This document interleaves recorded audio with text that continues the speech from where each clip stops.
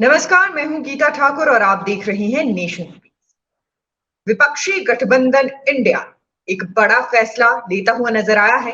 विपक्षी गठबंधन इंडिया हालांकि ये पहले ही साफ कर चुका था कि कुछ एक ऐसे न्यूज एंकर्स होंगे जिनका वो सामना नहीं करना चाहेंगे, क्योंकि उनका कहना है कि वो नफरत के बाजार में ग्राहक बनकर नहीं पहुंचना चाहते।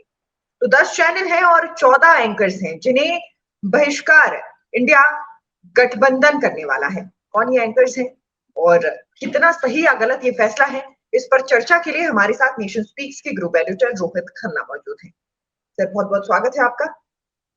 जी, धन्यवाद। सर, ये फैसला लेना कि हम 10 चैनल्स के 14 एंकर्स के सामने नहीं जाएंगे, एक तरीके से आप मैं कहूंगी कि सिचुएशन को फेस करने के बजाय उससे भागना बेहतर समझ रहे हैं।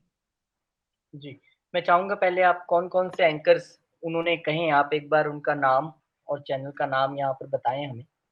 जी, अगर मैं शुरुआत से शुरू करूं, हालांकि तस्वीर इस वक्त जिसकी हमारे दर्शक देख पा रहे हैं वो अदिति त्यागी है भारत एक्सप्रेस से, और इसके बाद जो तस्वीर है वो सुधीर चौधरी आज तक से, जो हाल ही में आज तक में गए हैं। इसके साथ साथ अगर अगले एंकर की बात करूं तो अमन चोपड़ा नेटवर्क 18 से, इन्हें भी बहिष्कार इनका किया गया है। इसके साथ साथ अर्नब गोस्वामी रिपब्लिक टीवी से हैं। अगर अगले एंकर की बात करूं तो रुबिका लियाकत भारत 24 से। इसके साथ साथ अशोक श्रीवास्तव ये डीडी न्यूज से हैं, इन्हें भी फेस नहीं करना चाहेगा गठबंधन। इसके साथ साथ आनंद नरसिम्हा ये नेटवर्क 18 से हैं, गौरव और सावंत। गौरव सावंत ये आज तक से हैं। इसके साथ साथ नविका कुमार टाइम्स नेटवर्क से। और ये तमाम वो 14 लीडर्स की तस्वीर आपने देखी जिन्हें फिलहाल बाहर कर दिया गया है। इस वक्त उसकी तस्वीर देख पा रहे हैं वो शिव अरोर हैं, ये इंडिया टुडे से हैं। तो कुल मिलाकर 10 चैनल, 14 एंकर्स। और इस वक्त जिनकी तस्वीर आप अपनी स्क्रीन पर देख रहे हैं ये अमीश देवगन है, नेटवर्क 18 से हैं, और इनका भी बहिष्कार फिलहाल गठबंधन इंडिया करने वाला है। इसके साथ साथ चित्रा त्रिपाठी की तस्वीर आप देख रहे हैं, आज तक से हैं, जानी मानी एंकर हैं, और इनका भी बहिष्कार करने का फिलहाल फैसला लिया गया है। और इस वक्त जिनकी तस्वीर आप देख रहे हैं ये सुशांत सिन्हा है, टाइम्स नाउ नव भारत से। तो कुल मिलाकर बहुत सारे नाम जिनका बहिष्कार करने का जो है फैसला लिया गया है, और मैं कहूंगी कि एक बड़ा फैसला है। जिन्हें जो है बॉयकॉट किया गया है। प्राची प्राशर की तस्वीर इस वक्त स्क्रीन पर थी, और कुल मिलाकर ये 14 नाम जिन्हें फिलहाल बहिष्कार किया गया है। 10 चैनल है, 14 एंकर्स के नाम है, जिसमें काफी सारे नामी चैनल्स के ये एंकर्स हैं जिन्हें शामिल किया गया है। इन्हें लेकर कुल मिलाकर ये कहना है विपक्षी गठबंधन का कि हम नफरत के बाजार में ग्राहक बनकर नहीं पहुंचना चाहते। लेकिन कुल मिलाकर यदि बात की जाए तो एक सिचुएशन को फेस करने से बचने जैसी स्थिति यहाँ पर है। देखिए, सबसे पहले तो गीता मैं ये कहूँगा कि पत्रकार होने के नाते जब उन्होंने ये सब कुछ अनाउंसमेंट किया तो मुझे बहुत पेन हुई, दर्द होते हैं इन चीज़ों से। क्योंकि एक तरफ तो आप कहते हैं कि हम मोहब्बत की दुकान खोल रहे हैं और दूसरी तरफ आप नफ़रत की बात कर रहे हैं। फिर आप कह रहे हैं आप बहिष्कार जैसा शब्द यूज़ कर रहे हैं, इतना बड़ा करियर है इन लोगों का। तो आप अगर ये नफ़रत फैला रहे हैं आपके मुताबिक, तो फिर आप नफ़रत से ही जवाब दे रहे हैं। आपको तो जाना चाहिए, वो तो एंकर हैं, सवाल पूछेंगे, आप उसका जवाब दीजिए, आप बचते क्यों हैं? क्योंकि इनमें से बहुत सारे लोगों के साथ मैं काम कर चुका हूँ, पर्सनली अदिति त्यागी के साथ कर चुका हूँ, सुधीर चौधरी, अमन चोपड़ा, रूबिका लियाकत के साथ मैंने मेकअप रूम शेयर किया है, सुधीर चौधरी के साथ किया है। उसके अलावा अमीश देवगन के साथ मेकअप रूम भी शेयर किया है, वैसे भी अच्छे रिलेशंस है, इकट्ठे काम किया है हमने। तो कुल मिला के कहा जा सके तो इन बहुत सारे लोगों के साथ तो मैंने भी काम किया है और मैं जानता हूँ कि इनकी जो काम करने की क्षमता है या जब ये एंकरिंग करते हैं, तो ये बिल्कुल भी भेदभाव या उस तरह की चीज़ों से नहीं करते हैं। अब ये इंडिया गठबंधन ने क्यों ऐसा कदम लिया, इंडी गठबंधन जिसे प्रधानमंत्री ने कहा है, ये मुझे समझ में नहीं आया क्योंकि एक टीवी एंकर का काम है सवाल पूछना और वो पूछेंगे। आपको अगर नहीं बुलाया जाए तब आप कहिए भी हमें अपना पक्ष रखने के लिए बुलाया नहीं गया। आपको बुलाया है, आप डिबेट में हिस्सा लीजिए। आप नहीं हिस्सा लेना चाहते तो आप पर्टिकुलरली पूरी मीडिया जगत में से वो 14 नामी हस्तियाँ जो आज कहीं न कहीं अपने दम पर अपने मुकाम पे हैं, आप उनको टारगेट कर रहे हैं। और ये एक मीडिया की आज़ादी के लिए खतरा नहीं है, एनबीडीए ने इसे बोला है कि ये मीडिया की आज़ादी के लिए खतरा है। तो मुझे लगता है कि और सुशांत सिन्हा का नाम पढ़ के मैं हैरान हूँ, क्योंकि वो कल खुद कह रहे थे रात को कि भई मैं तो कोई डिबेट शो करता ही नहीं हूँ, मेरे तो प्रोग्राम ही न्यूज़ की पाठशाला है। अब मुझे मेरा नाम भी आपने उसमें लिख दिया तो ये क्या मतलब इसको समझा जाए? तो कुल मिला के मैं ये कह सकता हूँ कि इंडिया गठबंधन की जो अब तक की कार्यशैली है, उनकी रणनीति ये होनी चाहिए थी कि हमारा कन्वीनर कौन हो? उनकी रणनीति ये होनी चाहिए थी हमारा कॉमन मिनिमम प्रोग्राम क्या हो? उनकी रणनीति ये होनी चाहिए थी कि सीट शेयरिंग कैसे हो? और उनकी रणनीति क्या है? कौन से 14 एंकर्स के शो में हम नहीं जाएँगे। एक एंकर एक चैनल को रिप्रेज़ेंट करता है। अगर आप उस पे उँगली उठाते हो, आप पूरे चैनल पे ही उँगली उठा रहे हो, फिर आप चैनल पे ही क्यों जाओगे डिबेट के लिए? तो मुझे लगता है ये एक रिवायत गलत रिवायत है। एक इमरजेंसी का दौर हमने देखा था 77 में और एक इमरजेंसी का दौर ये अघोषित तौर पे जो लग रहा है, जिसे घोषित ना भी कहिए, लेकिन आप प्रेस कॉन्फ्रेंस कह देते हैं और कहते हैं कि हाँ जी, ठीक है, हमने इन लोगों के शो में नहीं जाएँगे। तो ये बहुत दुखद है और ये पूरी पत्रकार जगत के लिए क्योंकि एक पत्रकार का कोई विचार नहीं होता, उसके विचार होते हैं खबर दिखाना और खबर के विषय में पूछना। अब वो किस पार्टी का है, क्या है, अब डिबेट में तो सभी बैठे होते हैं। तो पत्रकार का कोई जात, धर्म नहीं होता है, वो सिर्फ़ पत्रकार ही होता है। वो एक छोटी-सी पत्रकारिता की पोस्ट से शुरू होके वो चाहे डिप्टी एडिटर बन जाए, एडिटर बन जाए या कुछ भी बन जाए, वो पत्रकार ही रहता है सारी और उसका कोई अपना एक पर्सनल एजेंडा नहीं होता है। लेकिन जिस तरह से इन्होंने इन 14 चेहरों को टारगेट किया है, ये बहुत दुखद बात है। जी, और जिस तरीके से पूरा फैसला लिया गया है, नाम तय हुए हैं, एक तरीके से जैसा कि मैंने शुरुआत में कहा कि आप असल जो मुद्दा है उसे फेस नहीं करना चाहते, आपको पक्ष रखने का मौका दिया जाता है, आप डिबेट में बैठते हैं, आपकी तरफ से कोई रिप्रेजेंट करने के लिए जाता है।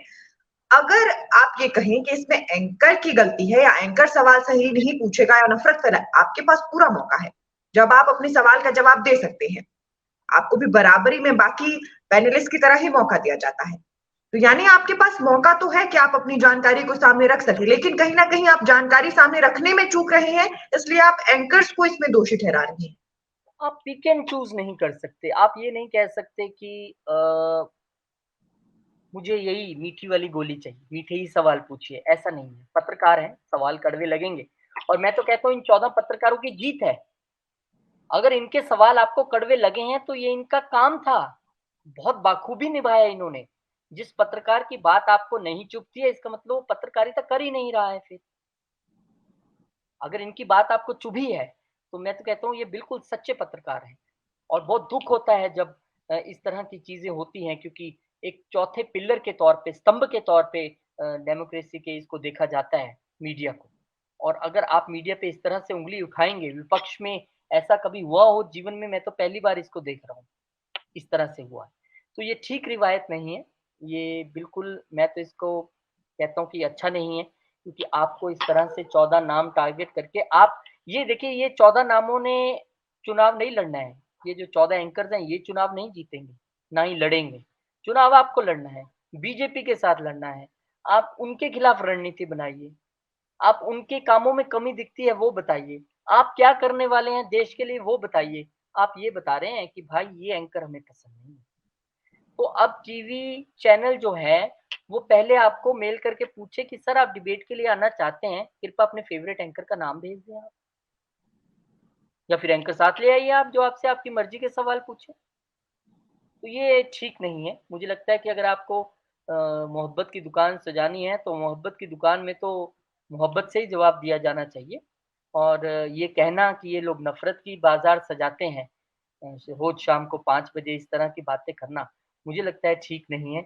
और प्रतिक्रिया इसकी जितनी मीडिया जगत से आई है, सबने बहुत कंडेम किया है क्योंकि पहली बार ऐसा हुआ है कि आपने पर्टिकुलरली किन्हीं 14 चेहरों को ही चिन्हित करके उनके नाम जारी कर दिए और आपने कह दिया कि ये वो एंकर्स हैं, जिनके साथ हम नहीं शेयर करना चाहते स्क्रीन, तो मुझे लगता है ये बहुत दुखद है। जी, और सर इसके साथ-साथ मुझे लगता है कि इसका असर अगर हम मीडिया जगत के साथ-साथ बाहरी दुनिया पर करें, आम जनता पर करें, तो आम जनता भी कहीं न कहीं इसके सपोर्ट में नज़र नहीं आ रही, जहाँ तक प्रतिक्रियाएँ मिल पाई हैं, लोगों से बातचीत हो पाई है। लोगों का कहना है कि एक तरीके से आप असलियत को फेस करने से भाग रहे हैं। और अगर विपक्षी गठबंधन खुद को इतना बड़ा और मजबूत मानता है, बिल्कुल सही कदमों पर चलता हुआ मानता है, तो इन तीखे सवालों को फेस करने से भागना क्यों? मैं वही कह रहा हूँ कि आपको अगर डिबेट का इश्यू पसंद नहीं है, आप कह दीजिए कि हम नहीं आएँगे, हमें ये डिबेट का इश्यू पसंद है, समझ में आता है। लेकिन आप ये कहें कि डिबेट करनी है लेकिन ये 14 नहीं होने चाहिए चेहरे, और ये सभी अपने चैनल के प्रमुख चेहरे हैं, जिनका पत्रकारिता में एक बहुत बड़ा एक्सपीरियंस है, जिनको राजनीति की अच्छी समझ है, जिनके शब्द बड़े नपे-तुले होते हैं और जो फैक्ट और एनालिसिस के साथ आते हैं। मैंने देखा है जब इन लोगों के साथ मैंने काम किया है, जैसे सुधीर चौधरी डीएनए तब करते थे जी न्यूज़ में। एक शो बनाने के लिए कितने लोगों की टीम लगती है, कितने फैक्ट एंड फिगर्स निकाले जाते हैं, कितनी रिसर्च करने के बाद एक शो बनता है।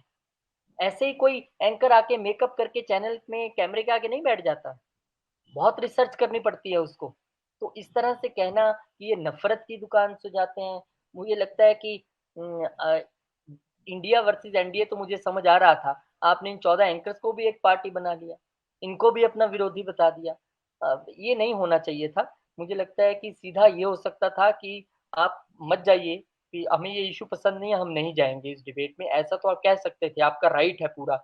लेकिन आप पूरे मीडिया जगत में से कुछ चेहरों को चिन्हित करके, उनका पत्रकारिता का कितना बड़ा एक्सपीरियंस है इन लोगों का, कितना एक्सपीरियंस है, और आपने 1 मिनट में उँगली उठा दी इन पर।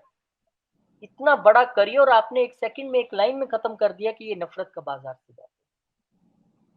ये नफ़रत का नहीं, ये खबरों का बाज़ार लगाते हैं, और आपको उस बाज़ार में से वो खबरें पसंद नहीं आई, खबरों का टेस्ट आपके मुताबिक नहीं है, तो आप एक राजनीतिक दल हैं, आपको फेस करने हैं क्वेश्चन, सबको करने पड़ते हैं। आप उसका तरीके से जवाब दें। दुनिया देख रही है, अगर एंकर आपसे क्वेश्चन पूछ रहा है, तो दुनिया उसको भी देख रही है। जो साथ में आपके विरोधी पार्टी का बैठा है, वो जो बोल रहा है उसको भी देख रही हैं, जो आप बोलेंगे उसको भी देख रही हैं। बहुत सीधी-सी बात है। आप पर्टिकुलरली कह दो कि नहीं, हमें तो ये एंकर ही पसंद नहीं है, हम तो इन्हें इनका बहिष्कार करते हैं। तो ये मुझे लगता है पहली बार ऐसा देखने को मिला है। ये ठीक रिवायत नहीं है।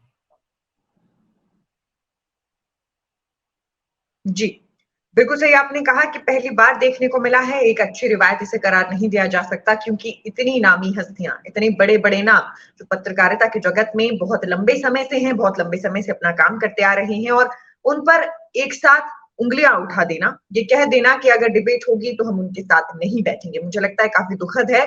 और इस वक़्त विपक्षी गठबंधन को चाहिए था कि हर एक सवाल का जवाब मजबूती से देते। इससे एक अच्छा मैसेज जनता के बीच भी जाता। जनता भी समझ पाती कि जिस गठबंधन को यदि हमें चुनना है, तो वो इतनी मजबूती से अपनी बात रखता है। सर, पूरे मुद्दे को यदि कंक्लूड करना चाहेंगे तो क्या कहेंगे?